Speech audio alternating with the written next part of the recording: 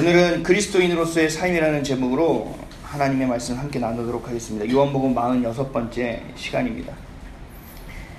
많은 사람들이 분주하게 사는 가장 큰 이유는요, 무언가를 이루기 위해서입니다. 권력을 이루고요, 만들고요, 또 부와 명예를 또 이루고요, 또 역사에 길이길이 남는 이름을 또 남기기를 원하고요. 무언가 남기기 위해서 열심히 살아간다는 거죠. 이게 와닿지 않는다면 또 있어요. 통장에 잔고를 남기기 위해서, 또 세상 가운데서 삶의 이윤을 남기기 위해서 살아가곤 합니다. 다 그렇죠. 그런 삶을 살아가죠. 근데 하나님의 자녀도요, 이것처럼 마찬가지로 무언가 이루어내는 삶을 살아가야 합니다. 그런데 방향이 조금은 다릅니다. 성경에서는 우리가 삶을 통하여 이루어내야 될 것을 무엇이라고 얘기하면 단 하나의 단어로 이야기합니다. 열매입니다. 그리스도인의 삶은 반드시 열매 맺는 삶이 되어야 합니다.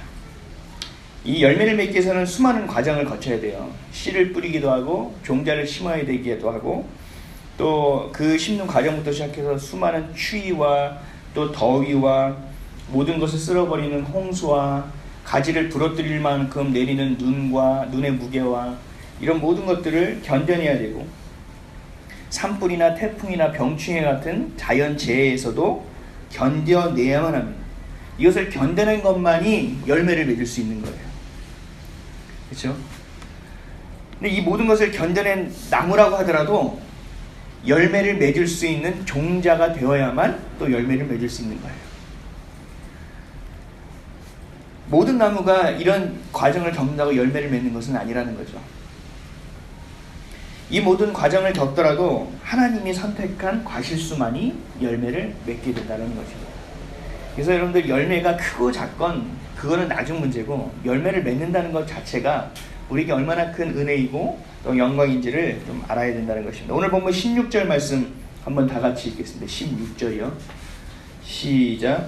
너희가 나를 택한 것이 아니요 내가 너희를 택하여 세웠나니 이는 너희로 가서 열매를 맺게 하고 또 너희 열매가 항상 있게 하여 내 이름으로 아버지께 무엇을 구하든지 다 받게 하려 함이라.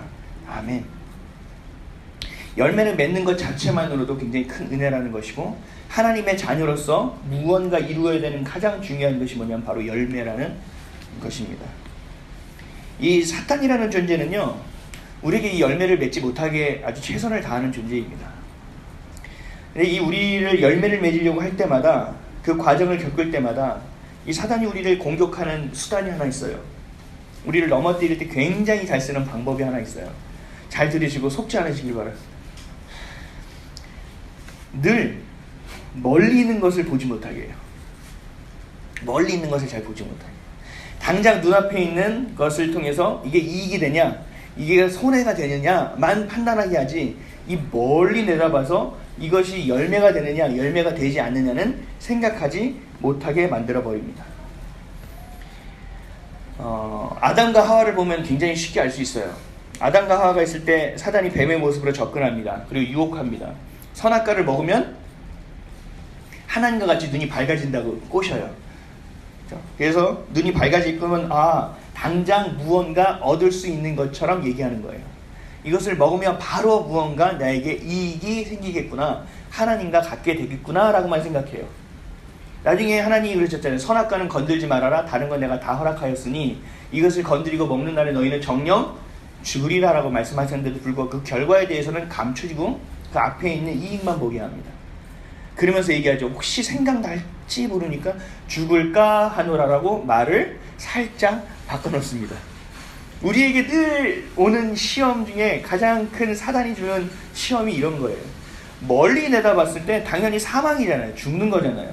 그것을 선악과를 따먹는 순간, 따먹으려고 하는 순간 그것을 기억하고 알았다면 아담과 하와가 그것을 따먹었을까요? 그렇지 않았을 거라는 얘기죠. 우리가 그 끝을, 마지막 그 결과를 늘 생각하지 못하게끔 만들어버린다라는 거예요. 이 세상에 돈 있고 뭐하고 흥청망청 잘 살고 즐겁게 살면 되지, 못하라 천국은 나중에 생각해. 똑같은 원리 아니에요? 똑같은 원리를 가지고 우리에게 접근하고 있습니다.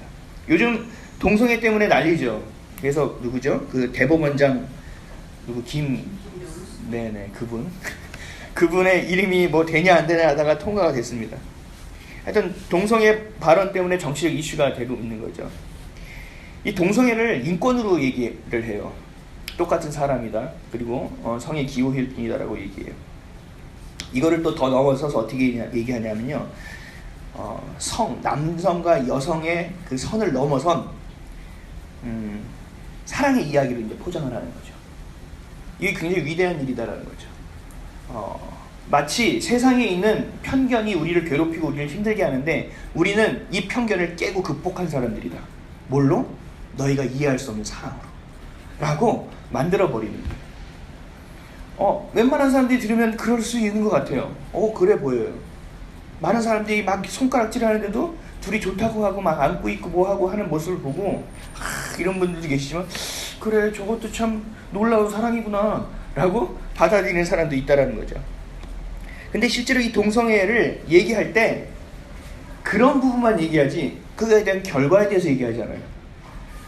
의학적 결과가 나와 있잖아요. 동성애로 말미암아 에이즈 환자가 발생하는 것은 기정사실화되어 있고요. 그것으로 인하여 많은 사람들이 증언하잖아요. 마지막에 인생의 말로가 얼마나 비참한 것인지에 대해서 보여줍니다. 그거에 대해서 얘기해줌에도 불구하고 사단은 그것들을 보지 못하게 하고 당장에 너는 이것을 극복한 거야. 편견을 깬 사람이야. 멋진 거야. 너의 기호는 존중받아야 돼로 우리를 속여가고 있다는 거죠. 모든 것이 다 똑같아요. 나이가 좀 있다 보면은 예전에 젊었을 때 담배 피는 거는 아무 생각 없잖아요. 왜냐면 몸에 이상 신호가 전혀 안 오니까요. 스트레스만 풀리는 것 같죠. 근데 담배를 피다 보면 나중에 어떻게 되죠? 심각한 문제가 생기는 거예요. 그걸 나이가 들면서 알게 되는 거예요. 그래서 담배 가게다가 뭘 하죠? 이것을 핀 거에 대한 결과를 보여주는 거예요. 결과가 이렇게 됩니다. 담배를 오래 피면 결과가 이렇게 됩니다라고 보여줌에도 불구하고 이거는 뭐 나랑은 관계가 없는 일이라고 생각되어 버린다는 거죠. 심판에 대해서 얘기하지 않고 마지막 결과에 대해서 얘기하지 못하고 생각하지 않게끔 만드는 것이 바로 이 사단들이 잘 쓰는 방법이라는 거예요. 그래서 우리가 속지 말아야 될 것이 내 당장에 앞에 보이는 이익, 내 앞에 있는 손해, 이것만 가지고 죽자 사자 분주하게 살아가는 것이 아니라 그리스도된 여러분들 열매를 맺기를 원하고 그것을 맺어야 되는 여러분들은 멀리 바라봐야 된다는 거예요. 하나님이 주신 끝을 바라볼 수 있어야 한다는 것입니다. 그래서 세상 사람들이 우리를 좀 잘 이해를 못해요. 자기는 눈앞에 손해와 이익만 보고 막 그러는데 그리스도인들은 그 앞에서 막 이러지 않거든요. 그래요? 잠깐만요. 시간을 좀 주실래요? 기도해요. 그러다가 뭔가 어디서 정보를 알아보는 줄 알고 왔는데 손해보는 걸 택한단 말이에요. 그건 얘기하는 거죠. 이거 손해라고요. 손해라고요. 거기다가 하나님이 원하지 않습니다 라고 얘기하면 이 사람이 알아들을까요? 못 알아듣잖아요. 그러니까 우리는 얘기하지 않아요. 그냥 손해보는 길을 택해서 가는 거예요. 하나님이 원하는 길만 따라가기 때문에. 그래서 세상 사람들은 하나님을 믿는 자녀들을 잘 이해 못해요. 야 그거를 그거 무슨 사랑이야. 사랑 이전에 계산을 해야지 라고 얘기하고 여러 가지의 것들로 우리에게 말을 해준다는 거지. 그건 상식이 아니야. 야 그거야 써있는 거지. 네 삶하고 관계가 있는 거라고 생각하니? 야 일단 네 거부터 챙기고 봐 라고 사람들은 얘기를 한다는 거죠. 그래서 성경은 이러한 모습, 다른 모습을 통해서 구별됨이라는 단어를 쓰고 우리에게 그 단어를 어떻게 정의해 주냐면 거룩이라는 단어로 정의해 줍니다.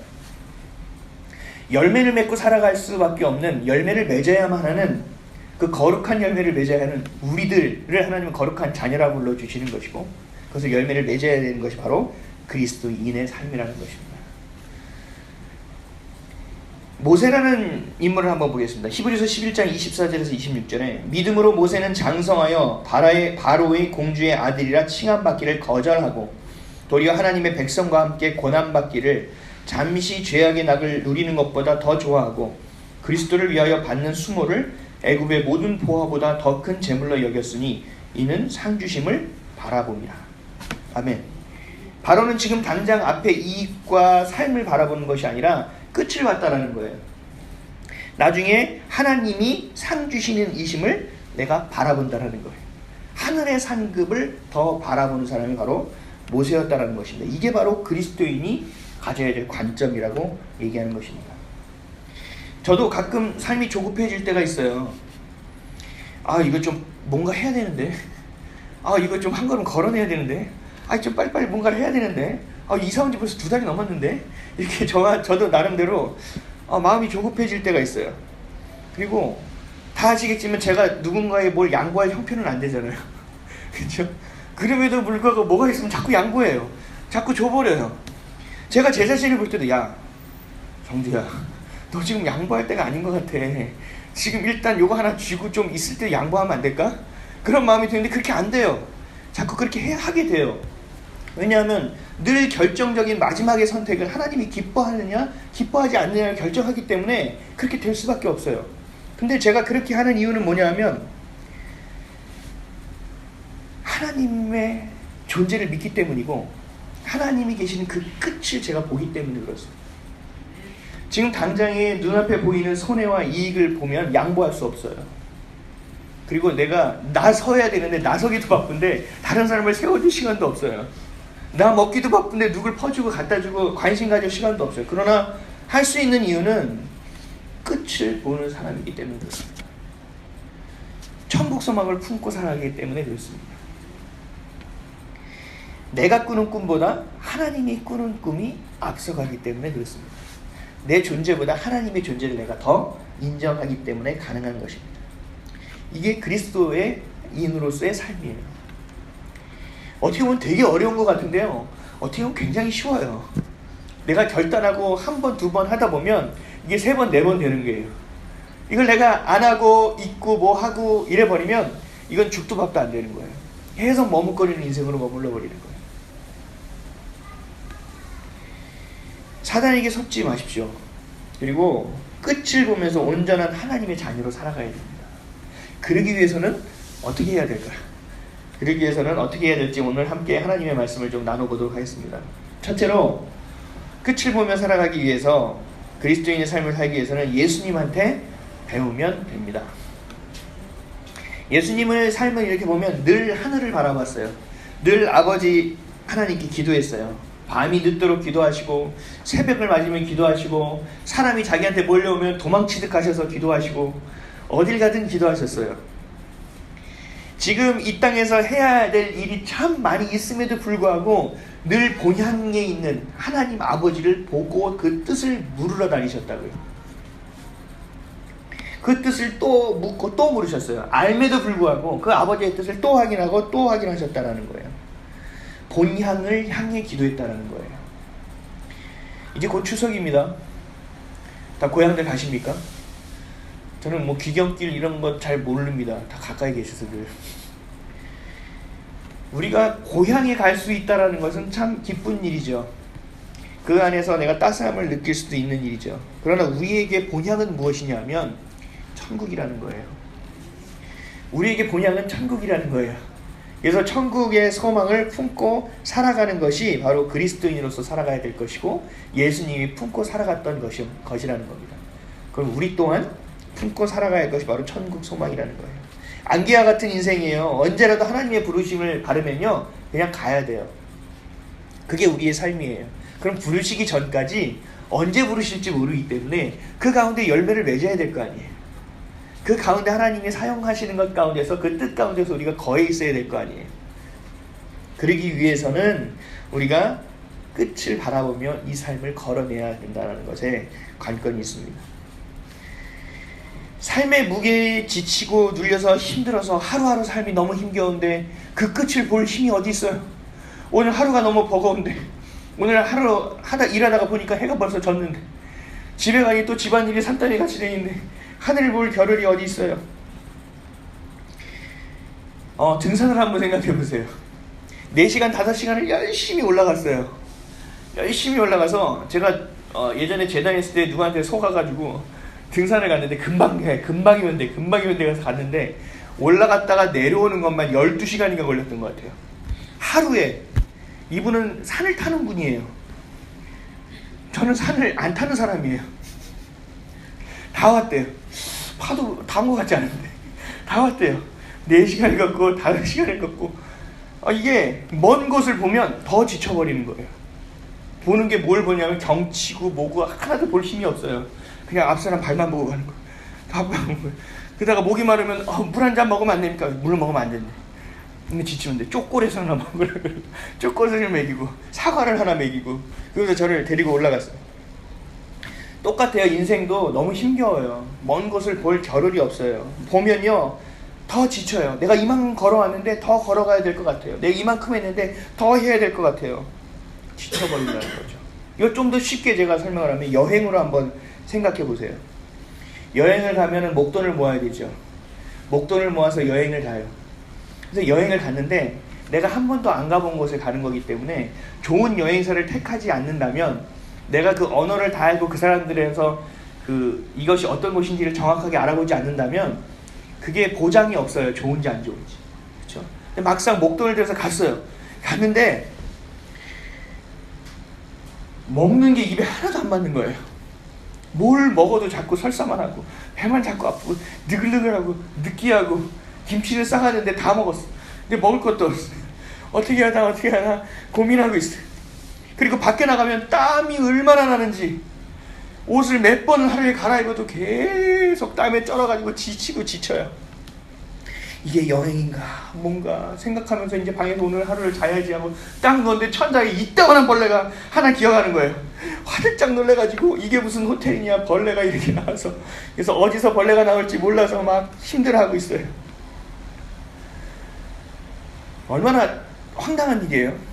제가 겪은 일은 아니에요. 저는 여행을 가본 적이 없기 때문에 이런 일을 만약에 겪었다면 얼마나 황당하겠어요. 여행을 가려고 보는 사람들이 1년 전부터 계획을 세우더라고요.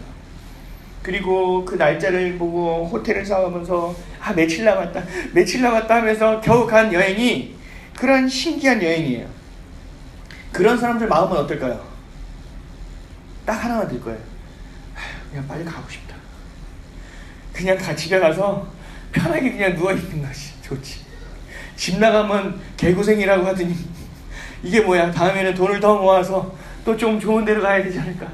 역시 이건 아니었던 것 같아. 성도가 품어야 될 마음이 이거예요. 내가 와서 뭐 해도요, 제일 좋은 건 뭐예요? 집이에요. 그렇죠? 우리가 세상에서 많은 것을 누리고 살아도 우리가 가야 될 곳은 어디냐면 본향이라고요. 천국이라고요. 그래서 천국의 소망을 품어야 되는 거예요. 오늘 힘들죠? 힘겹죠? 그래, 나에게 천국이 있지. 그래, 오늘도 힘들죠? 그래, 내가 돌아갈 집이 있지. 나에게 아버지가 있지. 나에게 아빠가 있지. 이것이 우리의 삶의 활력이 되어야 되는 거예요. 우리의 삶의 매일의 소망이 될 수 있다는 것입니다. 바로 앞만 보지 않고 끝을 볼 수 있다는 것은 우리에게 그 본향이 있기 때문에 그런 거예요. 이거는 다른 누구에게 주어진 것이 아니라 하나님의 자녀에게만 주어진 소망을 가질 수 있는 특권이라는 것입니다. 끝을 볼 수 있어야 하기 때문에 예수님은 또 이렇게 말씀하십니다. 마태복음 11장 28절에서 30절에 수고하고 무거운 짐진 자들아 다 내게로 오라. 내가 너희를 쉬게 하리라. 나는 마음이 온유하고 겸손하니 나의 멍에를 메고 내게 배우라. 그리하면 너희 마음이 쉼을 얻으리니 이는 내 멍에는 쉽고 내 짐은 가벼움이라 하시니라. 아멘. 이러한 힘겨운 길을 걷는 것을 내가 안다. 그렇기 때문에 너희는 나와 함께 멍에를 메야 한다 라고 말씀하시는 거예요. 하나님의 자녀로서 해야 할 일은 해야 되는데 그것을 어떻게 할 수 있느냐. 세상 사람들이 살아가는 것을 너희가 똑같이 살아가면서도 하나님의 자녀로서 열매 맺는 일을 해야 할 터인데 그것이 불가능하다. 그러니 너희는 나와 함께 멍에를 메야 한다는 거예요. 나와 함께 걷지 않으면 너희가 걸을 수 없다고 분명히 말씀하고 계시는 거예요.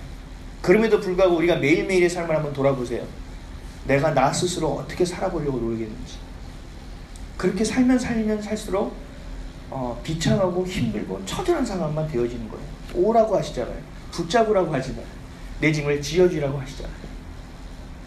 제가 주의 종으로서 하나님 불렀을 때 제가 안 간다고 계속 버티고 몇 년을 버티다가 돌고 돌다가 오케이 하고 갔어요. 그때 하나님 저에게 꿈을 꾸게 해주신 게 바로 이거였어요. 저는 너무 주의 종은 힘들고 구질구질하게 사는 것만 보고 너무 찌질하게 하고 앞에서 괜찮은 척하면서 뒤에서 막 흐느끼 우시는 목사님을 너무 많이 뵀기 때문에 나는 이런 걸 하면 난 안 갑니다. 난 이런 거 하면 난 가지 않습니다. 라고 얘기했는데 꿈에 이걸 보여주신 거예요. 제가 짐을 엄청나게 지고 언덕을 넘어가고 있는데 예수님이 저를 보고 계시더라고요. 그러면서 이 시선이 교차되는 거예요. 점점 가까워지더니 제가 보고 있는데 누군가 짐을 지고 가는데 그게 제 짐인데 예수님이 제 짐을 지고 걸어가시더라고요. 그 짐을 계속 지고 걸어가시더라고요. 그러면서 저를 보고 빵긋 하고 웃어주시더라고요. 네 짐이 아니야. 그 짐은 내가 지어줄 거야. 너 편안히 결정해. 이 말씀을 저에게 주셨던 거예요. 근데 이게 제가 주의 증오를 길을 가기 때문에만 주어진 것이 아니에요. 마태복음 11장에 여러분에게도 똑같이 얘기하고 있죠. 네가 살아가는 그 짐은 네가 질 것이 아니라 내가 지는 것이다. 너는 함께 동행하고 나를 믿고 따르기만 하면 된다. 라고 말씀하세요. 그 따르면서 온유와 겸손을 배우라. 라고 말씀하시는 것입니다. 로마서 5장 3절에서 4절 말씀을 보면 다만 이뿐 아니라 우리가 환난 중에도 즐거워하는 이는 환난은 인내를, 인내는 연단을, 연단은 소망을 이루는 줄 알미로다. 환난 중에 즐거워하실 수 있습니까? 절망적인 문제가 내 앞에 지금 생겼어요. 정말 조급하고 시급하게 결정해야 될 문제가 생겨서 큰일 났다고 생각해요. 근데 이 안에서 여러분들 즐거워하실 수 있어요? 그건 정신을 놔버리는 거죠. 아유 이제 될 대로 되라. 난 모르겠다. 이렇게 얘기하면서 웃으면서지 정말 우리가 즐거워할 수는 없는 거예요. 근데 성경을 보면 그래요. 환난 중에도 즐거워할 수 있대요. 바로 앞에 즐거워할 수 있대요. 왜 그러냐? 우리 눈앞에 보이는 손해와 이익을 바라보지 말고 너희가 끝을 바라보면 즐거워할 수 있다는 거예요. 지금 앞에 있는 손해와 이익과 어려운 문제들은, 절망적인 문제들은 네가 끌고 계속 살아갈 것이 아니라는 거예요. 이것은 반드시 끝이 있다는 거예요. 그것을 누가 해준다고요? 또 내가 해주겠다고 말씀하시잖아요. 그렇기 때문에 어떠한 일이 있어도, 어떠한 환난이 있어도 우리가 기뻐할 수 있는 것을 우리는 끝을 볼 수 있기 때문에 그렇습니다. 로마서 8장 28절에 우리가 알거니와 하나님을 사랑하는 자 곧 그의 뜻대로 부르심을 입은 자들에게는 모든 것이 합력하여 선을 이루느니라. 아멘. 이 과정 가운데 내 앞에 손해가 있고 이익이 있어도 내가 이것에 대해서 좌지우지 아니하고 내가 일희일비하지 않는 것은 주님이 나와 함께 하십니다. 그 끝은 하나님이 반드시 이루어 주실 거라는 믿음을 가져야 된다는 것입니다. 아예 그렇겠지가 아니에요. 믿어야 되는 거예요. 그래서 기도하실 때 여러분들이 그림이 그려져야 되는 거예요. 내가 믿는다면. 그리고 그 그림을 보면서 내 믿음이 더 굳건해지는 것입니다. 하나님이 주신 우리에게 신앙의 원리예요. 결국은 끝에 이르러서는 하나님의 소망에 향해 있음을 우리가 믿어야 된다는 것이고, 왜? 성령이 우리를 지금도 이끌어가고 계시는 것을 내가 믿기 때문에 그렇다는 것입니다. 우리 사랑하는 성도 여러분, 끝을 보는 인생을 사시길 바랍니다. 천국 소망을 품고 살아가세요. 없어질 것을 이 땅에 자꾸 쌓지 마세요. 하늘에 쌓으세요. 영원한 것에 투자하세요. 그리고 하나님의 예수님이 여러분들의 멍에를 짐으로 여러분들이 어떠한 상황 가운데서도 즐거워할 수 있는 그런 삶이 되시기를 예수 그리스도의 이름으로 축원드립니다. 하나님의 자녀로 살아가기 위해서, 그리스도인으로 살아가기 위해서 둘째, 주신 사명으로 살아가면 가능합니다. 디모데후서 4장 1절에서 2절에 하나님 앞과 살아있는 자와 죽은 자를 심판하실 그리스도 예수 앞에서 그가 나타나실 것과 그의 나라를 두고 엄히 명하노니 너는 말씀을 전파하라. 때를 얻든지 못 얻든지 항상 힘쓰라. 범사의 오래 참음과 가르침으로 경책하며 경계하며 권하라. 아멘. 성도가 해야 할 사명이 있는데 하나님이 엄히 명하는 사명이 하나 있대요. 그게 뭐냐면 복음 증거의 사명이라는 거예요. 복음을 전하는 것이 우리에게 주신 수많은 사명 중에 가장 궁극적인 끝에 있는 사명이라는 것입니다. 복음을 증거한다는 건 뭘까요?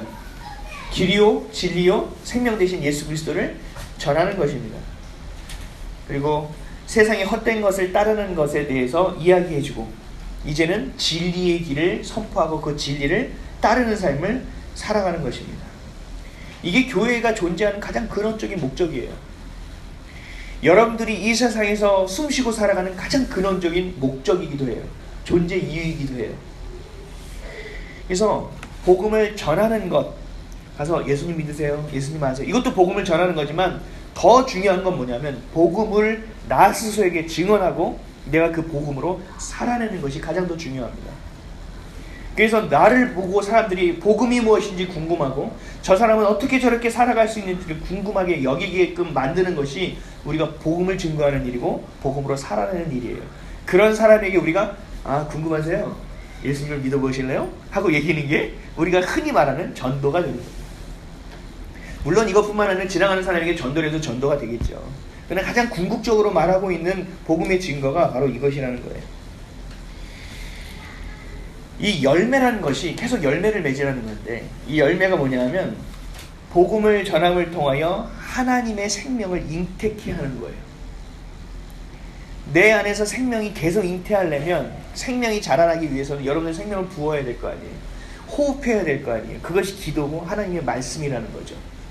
그것을 다른 사람에게도 전해서 그 사람의 마음 가운데 그 말씀과 성령이 잉태될 수 있도록 도와주는 것이 바로 복음이고, 그것이 바로 열매 맺는 삶이라고 말씀하고 있습니다. 오늘 요한복음 15장 다 펴 계시죠? 26절, 27절 말씀을 한번 다 같이 읽어볼까요? 요한복음 15장 26절에서 27절까지의 말씀. 다 같이 읽겠습니다. 시작. 내가 아버지께로부터 너희에게 보낼 보혜사 곧 아버지께로부터 나오시는 진리의 성령이 오실 때 그가 나를 증언하실 것이고 너희도 처음부터 나와 함께 있었으므로 증언하느니라. 아멘. 성령님이 예수님의 존재를 증거해요. 그것처럼 너희도 예수님을 증거하라고 말씀하시는 거예요. 그래서 우리가 증인의 삶을 살아가는 것이 바로 우리 그리스도인이 살아가야 될 모습이기도 합니다. 이 복음의 증거가요, 그냥 복음을 전하고 생명을 잉태하는 것처럼 보이지만 이 안에는 영적인 싸움이 들어가 있어요. 복음을 전한다는 것은 하나님의 나라를 확장한다라고 성경은 이제 해석하고 있고요. 하나님의 거룩한 땅이 회복되는 것이라고 말씀하고 있습니다. 결국 이게 뭐냐면 사단이 차지하고 있는 그 땅과 그 영혼과 그 존재를 우리가 가는 곳마다 털어낸다라는 의미가 있는 거예요. 그 괴계를 틀어내고 회파시키고 무너뜨려 버린다는 의미도 같이 있다는 거예요. 그러니까 복음을 전한다는 것은 그냥 단순히 예수 그리스도를 전하는 것을 떠나서 덧붙여 우리가 하나님이 주신 능력을 선포하는 일이기도 합니다. 하나님의 능력을 선포하는 거예요. 그래서 그 어둠 가운데 진리의 깃발을 꽂아버리는 거예요. 그것이 바로 복음 증거라는 거죠. 그래서 하나님의 자녀로서 해야 할 가장 중요한 일은 바로 이 복음 증거가 우리의 사명이라는 것입니다.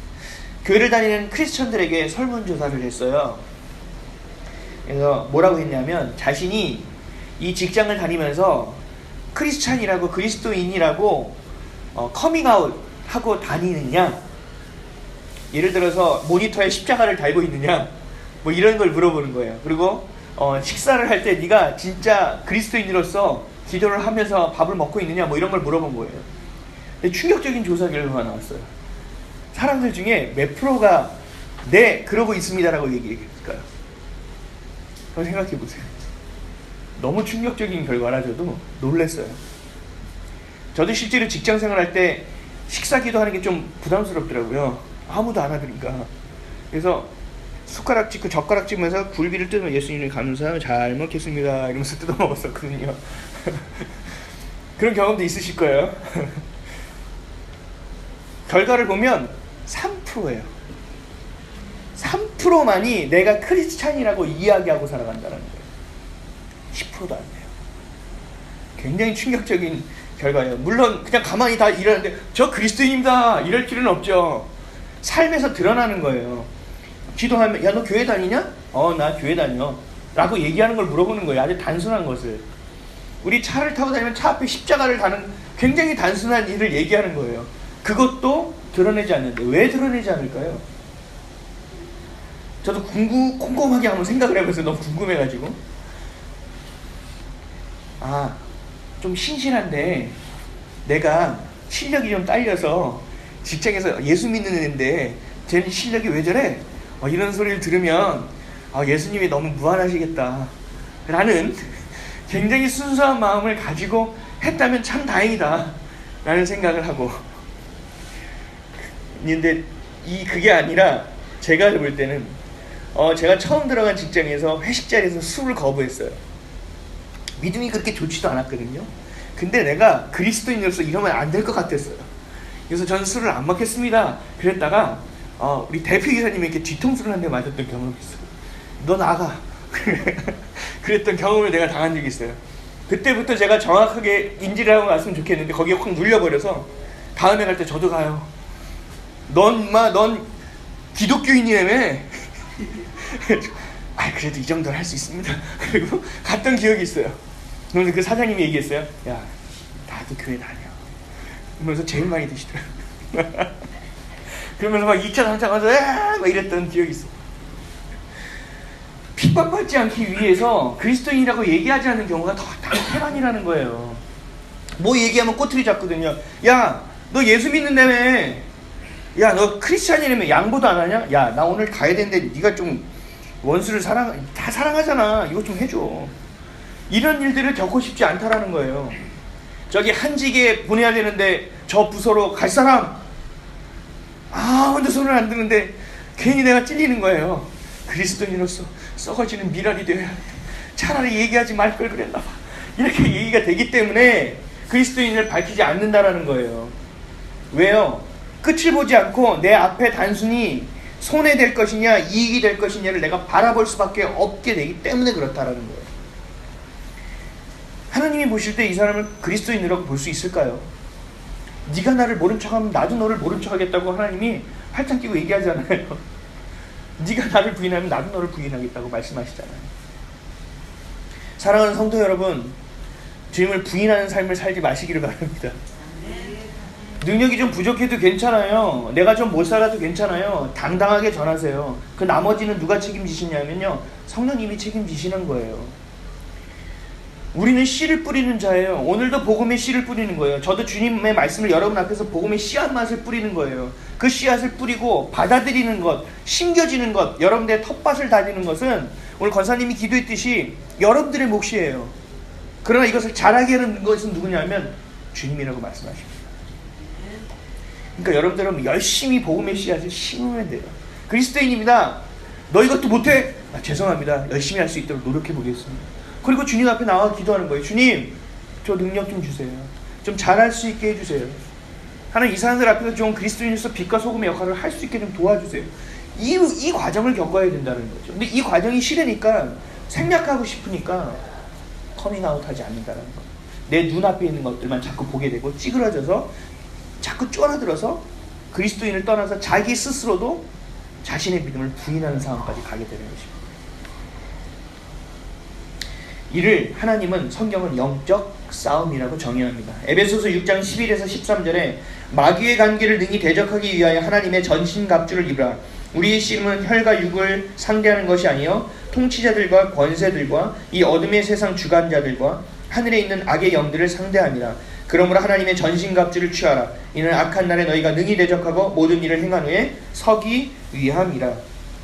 아멘. 죽은 영혼을 살리라고 우리를 택하여 불러주셨기 때문에 내가 너희에게 전신갑주를 허락한다. 입어라. 그 가운데서 너희가 승리하고 앞을 뚫고 나가라고 말씀하시는 거예요. 잠언 24장 11절에서 12절에 너는 사망으로 끌려가는 자를 건져주며 사륙을 당하게 된 자를 구원하지 아니하려고 하지 말라. 내가 말하기를 나는 그것을 알지 못하였노라 할지라도 마음을 저울질하시는 이가 어찌 통찰하지 못하시겠으며 내 영혼을 지키시는 이가 어찌 알지 못하시겠느냐. 그가 각 사람에게 행위대로 보응하시리라. 아멘. 네가 복음을 전해야 되는 것은 알고 있잖아. 너가 그것이 사명인 것을 알고 있잖아. 당장의 앞을 보아야 되는 것이 아니라 끝을 봐야 되는 것을 알고 있잖아. 그럼에도 불구하고 네가 이런 선택을 했다고? 내가 다 알고 있기 때문에 그거에 대한 공은 네가 책임져야 된다고 얘기하시고, 저 사람을 전도해야 돼요? 말아야 돼요? 사망으로 끌려가는 자를 어떻게 하래요?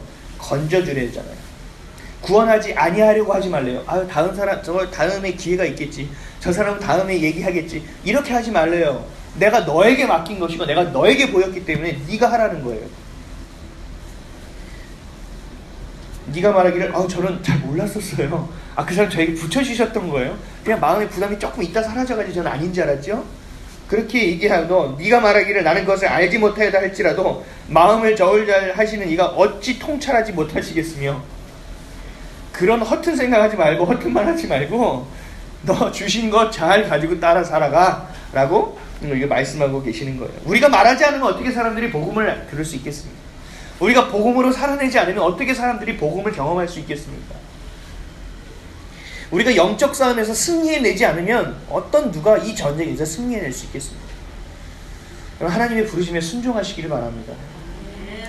내 가정부터 시작하세요.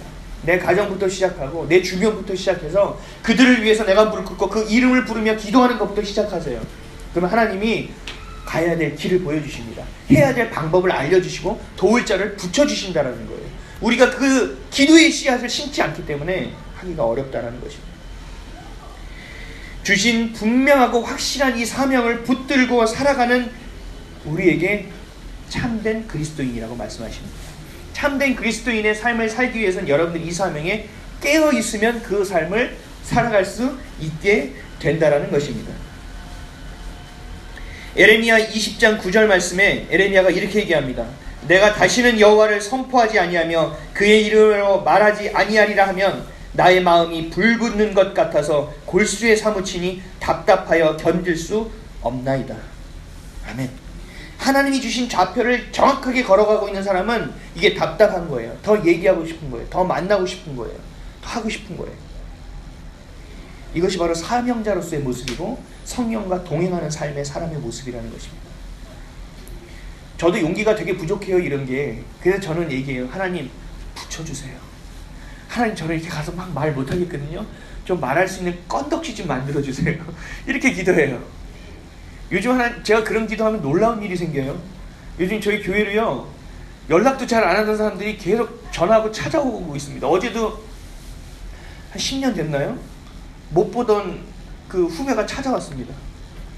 그래서 자기의 삶을 이야기하고, 또 이번 주일날 제 20년 된 고등학교 동창도 찾아와서 이따가 저희 여러분들에게 나눠질 간식도 사왔습니다.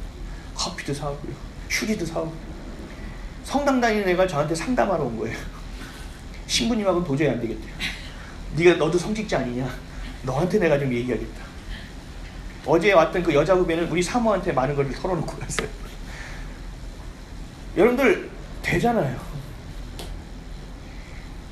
내가 안 되면요, 그렇게 기도하면 돼요. 그럼 그 길을 그대로 열어주세요. 보여주세요. 알려주세요.